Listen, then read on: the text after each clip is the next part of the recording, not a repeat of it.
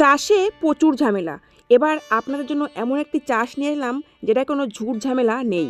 একাঙ্গী চাষ। আপনিও কিন্তু এই ঝুট ঝামেলা ছাড়া এই চাষটি করতে পারেন। এই একাঙ্গী চাষ সত্যি কি লাভজনক?